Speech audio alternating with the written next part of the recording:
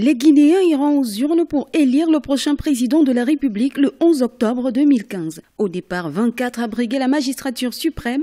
Ils seront 8 candidats à s'affronter pour le siège présidentiel. 5 candidats ont déjà participé à cette élection il y a 5 ans. Le défi pour le prochain président guinéen est la réconciliation nationale. Nous, organisations de la société civile, nous sommes interpellés parce que nous n'obtiendrons que ce que nous voulons que la réconciliation nationale soit. Et ça, c'est un défi majeur.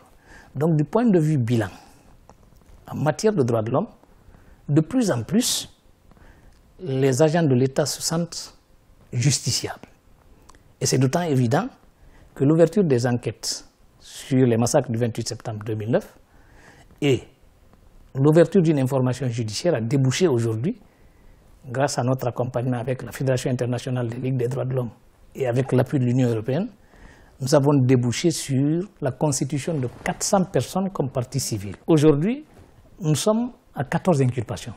Le 28 septembre 2009, l'armée a réprimé une manifestation pacifique organisée par les forces vives dans le stade de Conakry. Une manifestation qui a fait plus de 150 morts et 1200 blessés. Ce massacre a été unanimement condamné par la communauté internationale.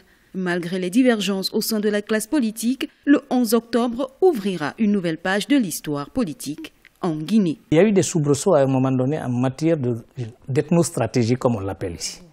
Des stratégies politiques qui utilisaient l'ethnie pour pouvoir se positionner. Mais ça s'est surtout exacerbé depuis 2009. Et ça a atteint son summum avec les élections de 2010, ce qui est très déplorable.